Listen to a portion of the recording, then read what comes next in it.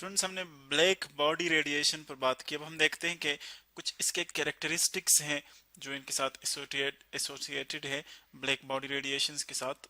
First of all अगर हम यहाँ पर देखें ब्लैक बॉडी रेडिएशन जो हमने डिटेल के साथ पढ़ा कि इसकी जो रेडिएशन इससे जो इमिट होती है, या फर्स्ट ऑफ ऑल अगर आप वही चीज़ रिकॉल कर लें कि ये सपोज आप कंसिडर कर लें ब्लैक बॉडी यानी ऐसी बॉडी जिसके ऊपर आप जिस वेवलेंथ के भी इलेक्ट्रोमैग्नेटिक वेव्स जो है वो हिट करते हैं वो सारे इसके अंदर क्या हो जाते हैं, एब्जॉर्ब हो जाते हैं, सारे एब्जॉर्ब हो जाते हैं, कोई भी इससे रिफ्लेक्ट नहीं होता। उसको हम परफेक्टली आइडियल ब्लैक बॉडी कहते हैं।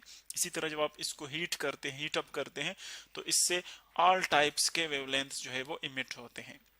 इसीलिए इसको फिर हम क्या कहते हैं, फुल रेडिएशंस मीन कि जिसमें सारे वेवलेंथ्स इंक्लूडेड हो, कोई वेवलेंथ उसमें मिसिंग नहीं होता, ऑल पॉसिबल वेवलेंथ्स इससे इमिट हो जाए, उसको हम कहते हैं अ ब्लैक बॉडी रेडिएटर।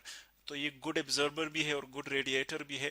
सो इसके जो रेडिएशंस है वो डिपेंड करते हैं, यानी इसके जो फैक्टर्स हैं कि जो रेडिएशन इससे निकलती है उसके फैक्टर्स क्या है। तो फैक्टर्स इसके हैं टेम्परेचर, यानी टेम्परेचर के साथ साथ उसकी जो रेडिएशन है वो वेरी करते हैं, जो वेवलेंथ है वो वेरी करते हैं। यानी बाकी इसके साइज पर या इसके शेप पर या इन चीज़ों पर या मटेरियल पर वो डिपेंड नहीं करते, बल्कि जस्ट उसकी टेम्परेचर पर डिपेंड करते हैं। जब आप टेम्परेचर चेंज करते हैं तो उसके साथ साथ उनकी जो वेवलेंथ है और उनकी जो इंटेंसिटीज़ है वो चेंज होती है ब्लैक बॉडी रेडिएटर की। इसी तरह जो इसकी इंटेंसिटी है वो इंक्रीज होती है टेम्परेचर इंक्रीज करने से। यानी अगर आप फॉर एग्जांपल T1 है टेम्परेचर T1 है, आप इसको इंक्रीज कर ले, T2 कर ले, टेम्परेचर आपने इंक्रीज कर लिया, सो इसकी इंटेंसिटी भी बढ़ती है। Intensity first of all for example intensity जो है उसकी कोई वैल्यू है, इंटेंसिटी की फर्स्ट टेम्परेचर के ऊपर कोई भी वैल्यू है इंटेंसिटी की, यानी जो रेडिएशन इससे इमिट हो रहे हैं उस इंटेंसिटी कोई वैल्यू है, सो ये भी क्या करती है, इंक्रीज होती है विद टेम्परेचर। आप टेम्परेचर इंक्रीज कर लें तो उसके साथ साथ इंटेंसिटी भी इंक्रीज होती है। और इंटेंसिटी का मतलब ये है कि इससे जो पावर इमिट होता है उसकी वैल्यू हम इससे कैलकुलेट करते हैं, कितना पावर इमिट हो रहा है उसको हम रेडिएंट इंटेंसिटी कहते हैं, एक यूनिट सॉलिड एंगल में। सॉलिड एंगल हमने पढ़ा था कि जो एक्चुअली टू डायमेंशनल एंगल है, एक थ्री डायमेंशनल स्पेस में जो हम उसको देते हैं, अकॉर्डिंग टू मैथमेटिक्स हम पढ़ चुके हैं उसको हम सॉलिड एंगल कहते हैं। तो एक यूनिट सॉलिड एंगल में कितना पावर इमिट होता है उसको हम कहते हैं इंटेंसिटी। सो जब आप टेम्परेचर इंक्रीज करते हैं उसके साथ साथ उसकी इंटेंसिटी इंक्रीज होती है। इसके साथ अगर आप देखें सो इसके जो डिस्ट्रीब्यूशन ऑफ एनर्जी है वो यूनिफॉर्मली डिस्ट्रीब्यूट नहीं होती, बल्कि ऑल जो हमारे पास वेवलेंथ्स होते हैं उनके लिए डिफरेंट होते हैं। यानी फॉर एग्जांपल एक इलेक्ट्रोमैग्नेटिक वेव टाइप एक है, उसका वेवलेंथ है λ1, दूसरा है λ2 सपोज, तीसरा है λ3, λ4 एंड सो ऑन। सो इन सब के लिए जो डिस्ट्रीब्यूशन ऑफ एनर्जी है वो डिफरेंट है। एक के लिए एक अमाउंट है एनर्जी की, रेडिएंट एनर्जी की, दूसरे के लिए दूसरी है, इसके लिए सेपरेट है, इसके लिए सेपरेट है। सारे के लिए जो है एक यूनिफॉर्म डिस्ट्रीब्यूशन नहीं है बल्कि सेपरेट डिस्ट्रीब्यूशन ऑफ एनर्जी है।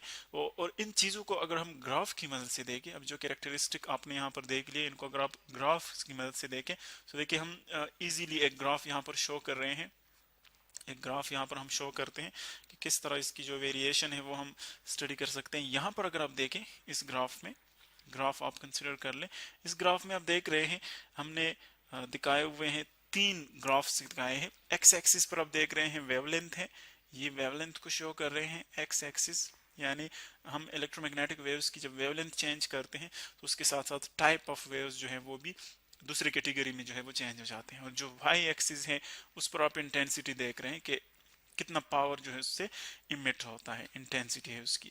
सो देखें फर्स्ट अगर आप देखें उसका टेम्परेचर जो सबसे लोएस्ट कर्व है, जो सबसे लोएस्ट ग्राफ है, उसका टेम्परेचर गिवन है 1800 केल्विन्स। सो 1800 केल्विन्स पर आप देखें एक स्पेसिफिक पीक है यहाँ पर। पीक का मतलब ये है कि ये इस कर्व का सबसे ऊपर वाला पॉइंट है, यानी इसको हम कहेंगे वो वेवलेंथ जिसके ऊपर जो है इंटेंसिटी मैक्सिमम होती है, ये आ जाएगा लेमडा एम से हम इसको डिनोट करते हैं। यानी वो वेवलेंथ जिसके ऊपर इंटेंसिटी मैक्सिमम हो उसको हम पीक पॉइंट से डिनोट करते हैं। इसी तरह अगर आप टेम्परेचर इंक्रीज कर ले 2500 कर लें, सो देखिए आप कि उसके साथ साथ इंटेंसिटी भी बढ़ती है। अब यहाँ पर इंटेंसिटी देखे, अब एक्स एक्सिस वाई एक्सिस के साथ कंपेयर कर ले, ये वाली इंटेंसिटी और ये वाली। सो ये जो इंटेंसिटी है, टेम्परेचर बढ़ने से इंटेंसिटी बढ़ गई, पॉइंट ऊपर आ गया। और आप देख रहे हैं कि फर्स्ट जो वेवलेंथ था यहाँ पर मैक्सिमम इंटेंसिटी इस पॉइंट पर थी, अब मैक्सिमम इंटेंसिटी इस पॉइंट पर है, यानी वेवलेंथ जो है वो चेंज हो गया। फर्स्ट आप देख रहे हैं यहाँ पर सपोज 1000 फॉर एग्जांपल, सो यहाँ पर अप्रोक्सीमेटली 1500 नैनोमीटर्स हैं, यानी जितना आप टेम्परेचर इंक्रीज करेंगे सो इंटेंसिटी तो बढ़ेगी, लेकिन जो मैक्सिमम इंटेंसिटी है उसके लिए वेवलेंथ जो है वो शॉर्ट बन जाता है। इसी तरह अगर आप 300 केल्विन पर देखें, सो इसके लिए इंटेंसिटी और भी बढ़ गई है, लेकिन जो वेवलेंथ है पीक वेवलेंथ जिसके ऊपर इंटेंसिटी मैक्सिमम है वो और भी ओरिजिन की तरफ शिफ्ट हो गया है। देखें, सो एक्चुअली जितनी ज्यादा इंटेंसिटी और जितना ज्यादा टेम्परेचर होगा उतना उसका वेवलेंथ जो है वो स्मॉलर होगा। सो यहां से हम देख सकते हैं कि वेवलेंथ और टेम्परेचर के दरमियान जो है एक इनवर्स रिलेशन है। यानी अगर हम मैक्सिमम वेवलेंथ की बात करें, लैम्डा मैक्सिमम, वो वेवलेंथ जिसके ऊपर इंटेंसिटी मैक्सिमम हो उसको हम लैम्डा मैक्सिमम कहते हैं। ये इनवर्सली प्रोपोर्शनल है किसके लिए? टेम्परेचर के लिए। जितना टेम्परेचर आप बढ़ाएंगे उतना इस इंटेंसिटी के लिए वेवलेंथ जो है वो देखें ओरिजिन की तरफ शिफ्ट हो रहा है, यानी वेवलेंथ कम हो रहा है।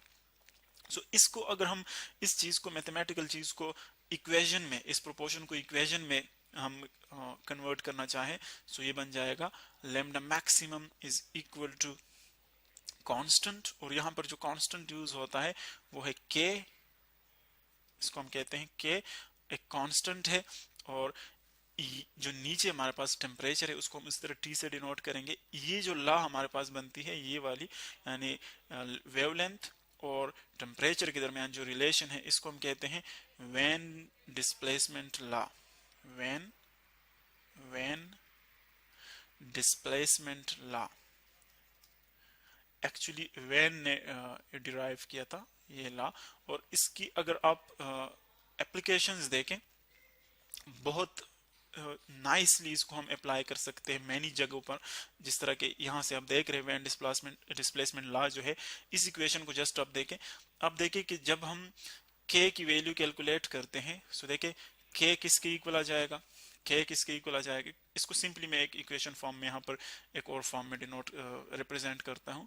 अगर आप बोथ साइड्स t से मल्टीप्लाई कर ले, सो जो k है कांस्टेंट वो आ जाएगा लैम्डा मैक्सिमम इंटू टी।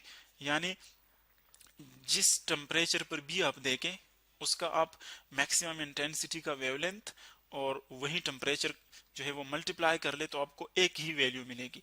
यानी अब आप टेम्परेचर इंक्रीज करेंगे सो वेवलेंथ डिक्रीज होगा, टेम्परेचर डिक्रीज करेंगे सो वेवलेंथ इंक्रीज होगा, लेकिन इन दोनों का जो प्रोडक्ट है वो आपको एक ही मिलेगा, वो एक कांस्टेंट है।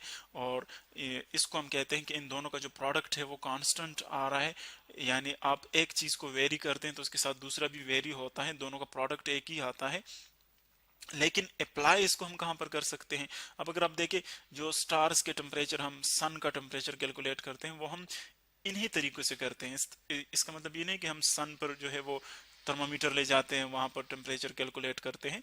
ये इन चीजों से, इन वेवलेंथ से, इन डिस्ट्रीब्यूशन से हम इजीली कैलकुलेट कर सकते हैं। जो फॉर एग्जांपल स्टार्स से जो वेव्स आ रहे हैं, किसी भी स्टार से जो वेव्स आ रहे हैं उसकी हम मैक्सिमम इंटेंसिटी के लिए वेवलेंथ कैलकुलेट करते हैं कि उसका वेवलेंथ कितना है।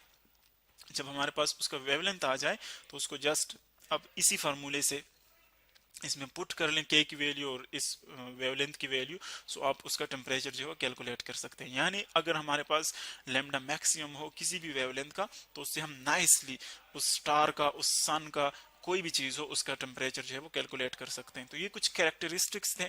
और हमारे पास जो लास्ट इक्वेशन है वेन्स डिस्प्लेसमेंट लॉ, उसको हमने देखा।